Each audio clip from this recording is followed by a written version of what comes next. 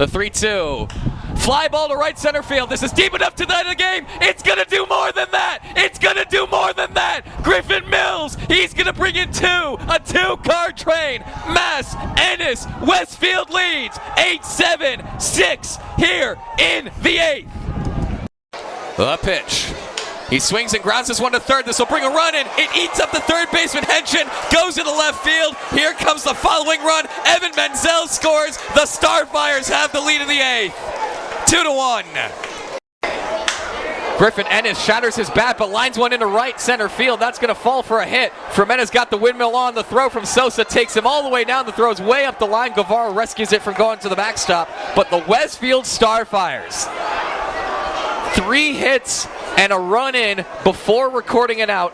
Griffin Ennis drives in his 6th run of the summer, and the Westfield Starfires have gotten the first 3 men on base with 3 singles, and one of them has come in. Frometta scores. The lineup card's going to turn over here in the top of the 3rd inning as the Starfires will send Josh Frometta to the plate, and then it'll be back to the top.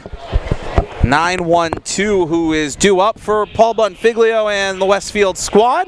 And to take you through these next 2 innings of baseball action, a man who is always at the top of my lineup card, Andrew Sood. Thank you so much, Seth. I fully thought you were going to go with a man who commits a lot of turnovers, but never mind.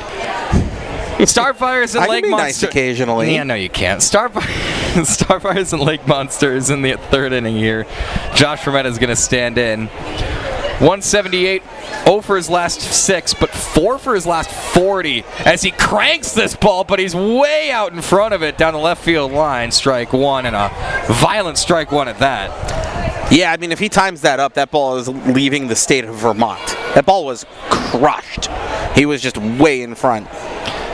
Well, Frometta has displayed this kind of power. The franchise's leading games played guy, certainly the senior-most guy out of there, as he takes down low ball 1-1-1. Frometta, 178 overall. No home runs, 8 RBIs this season. Mentioned 4 for his last 40, so a prolonged slump. Looking to break out of it as he is granted time by home plate umpire Steve Sanderson. Westfield checks in 10-32 with 2 home run derby losses in there, having lost 2 straight after winning the prior 2.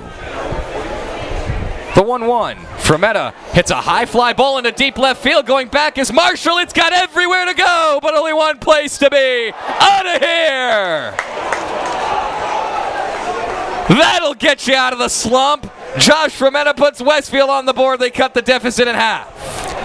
Well, I said that the first one, if he had just timed it up right, it was going to leave the state of Vermont. This one was close and a great effort in left, but not quite enough. And Frometta, his first long ball in his 3rd season with the Starfires. He's hit at least 1 in all 3 years, and for the franchise's all-time games played leader, he starts his 104th game with some good defense and a huge home run to get Westfield back into this thing. How much better are you feeling as a Starfires fan now that the Westfield Starfires are on the board, and in the matter in which that they did so as Evan Menzel takes a strike? Well, it's just obviously Josh is sort of the catalyst for this team. I know the stats are what they are, but he's the energy guy, and if he's hitting, it's going to pick other guys up.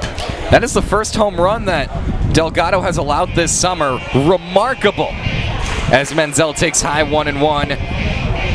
37 plus innings and just the first home run allowed in Westfield in this contest as the 1-1 to Evan Menzel is sliced foul back. For Josh Frometta, his 7th home run as a Starfire, or excuse me, his 8th home run as a Starfire. He now has 24 collegiate level home runs between AIC and Westfield.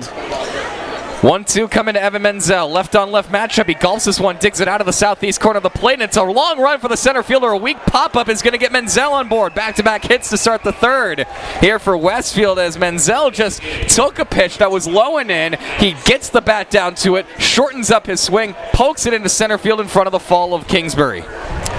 Yeah, was he using a baseball bat or a 6-iron there? I'm not sure, but it's chipped beautifully in. Get a golf clap And now the tying runs at first for John Mass. Let's see what he can do. John Mass, 5 for his last 11, overall 291 entering today. 10 runs driven in. Menzel, 4 for 6 on stolen base attempts this summer as he watches pitch number 1 to John Mass miss outside on a slider. It's a lefty, so it's a little harder to steal, but he doesn't throw hard, so once the ball is out, if you're going to go, that's when the optimum time is. Of course, that's easier said than done from up here. 1-0 pitch is upstairs at 85. 2 balls, no strikes to John Mass, who got good wood on his first ball put in play, a line out to third. As the Westfield Starfires, Paul Monfiglio talked about this with me prior to the game at Duncan Park on Tuesday. He feels like the offense has turned a corner as they're going to check on Menzel back at first base, and he is standing there. It feels like they're getting better swings. The batting practice is looking better. And now you've got another guy into the home run column, a guy who entered 4 for his previous 40, a big fly to put the Westfield Starfires on the board. The 2-0. John Mass, a check swing, tried to dodge out of the way on a pitch high and inside. It hits the middle of his bat and goes foul.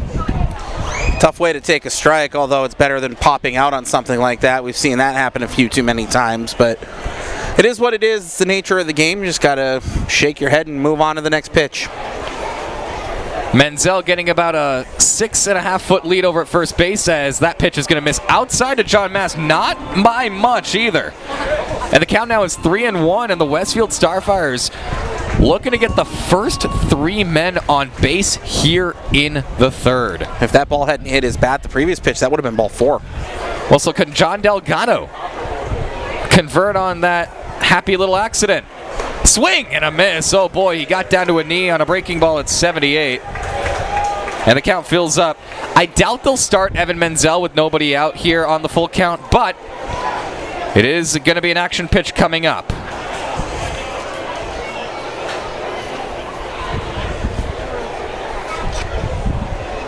And the payoff will have to wait as Menzel is checked on appropriately.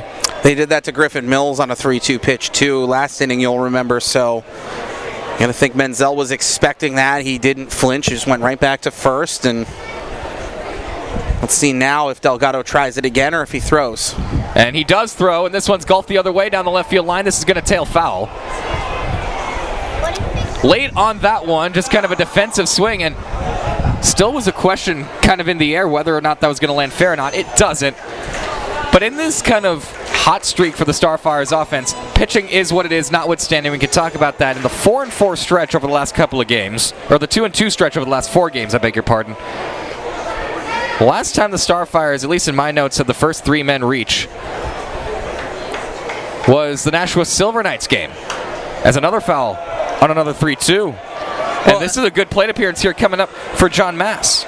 Well, and it's worth noting, right, Westfield in this 2-2 stretch, 9 runs, 13 runs, 5 runs, 6 runs.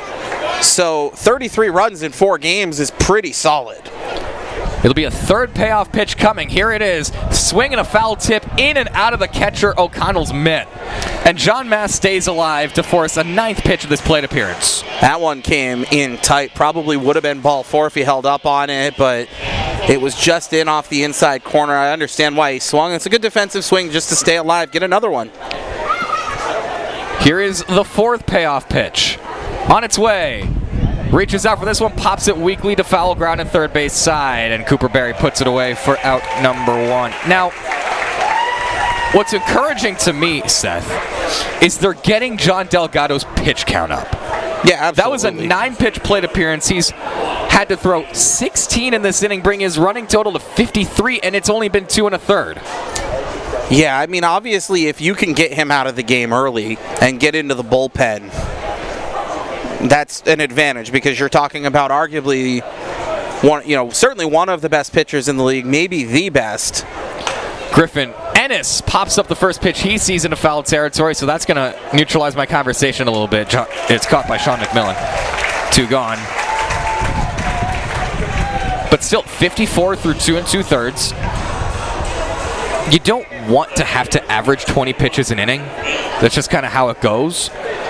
The Starfires have been a little less patient of late, which I've commended them for, and I will still continue to do so. But, first pitch unproductive out. Those are going to happen against a guy with a 1.03 ERA. Now Griffin Mills steps in. He can go yard at basically his own will. 13 for his last 30 with 3 home runs over his last 5 games. He takes a pitch inside, ball 1. Yeah, he's been good, and he is Westfield's final vote nominee. There will be 2 players out of the 6, 1 from each team, that get added to the All-Star roster for next week. And so you go on to the Futures League website, vote for Griffin. The 1-0. Swing and a miss. 87 from Delgado, which I believe is the fastest pitch he's thrown all day. He's usually been sitting about 85. Well, it's a big situation here. A hot bat with Evan Menzel over at first base. Clouds and the wind really starting to come in again. It's looking kind of ominous out and left. I will say the breeze and the temperature is quite nice. The 1-1, that's low on a fastball 86. Yeah, I'm not going to complain about it after we had that game earlier this season with the feels like temperature in Westfield of 104 at game time. I wanted to jump out of the press box. I don't handle heat well, so give me cold all day, twice on Sunday. Wintertime, great. 2-1. Not close. That's going to get away. Picked up O'Connell, but it goes up the first base line. O'Connell secures it, but not before Evan Menzel scampers into second base on a wild pitch. Well, and this is big now, right? Because with 2 outs, he's off on contact. A base hit probably ties the game. 3-1 to Mills. You can't just groove him one. Obviously, you're talking about the opposing team's leading home run hitter, but a walk puts ball 4, puts the go-ahead run on base. You don't want that either. So you got to find a way. 3-1. It's low, ball 4. A couple of firsts for John Delgado here in this outing. First home run he's allowed this season. First wild pitch he's thrown this season. And the Starfires have 2 on with 2 gone. And Jonathan Chatfield, one of their best hitters, above 300 on the season coming into today, is certainly capable of doing some damage. He's hit a couple long balls. You're not looking for that out of him here, though. Obviously, if he hits a home run, great. You're never going to turn it down. But you want a base hit here, right? You want a ball into the gap where you've got 2 speedy guys on base who are off on contact, can run. First pitch, Chatfield takes a breaking ball, front door at 72, strike. Just 2 wild pitches in 50 1/3 innings at Stevenson this spring for John Delgado. He is not one who misses his spots. No, that's why his ERA starts with a 1. The 1-strike pitch, Chatfield takes a fastball at the bottom of the zone, 86. Chatfield's mad at himself. He wanted to swing at that, and he didn't, and he should have, and he knows it. And now he is way behind. 24 pitches this inning. That's a 61 running total for Delgado. We'll see if the patience pays off. The 0-2. Swing and a miss. Delgado gets out of it. 4 strikeouts through 3, but the first home run he allows, the first wild pitch he allows, file those away as we move along here, going bottom 3, Vermont leading 2-1 on the Westfield Starfires Radio Network.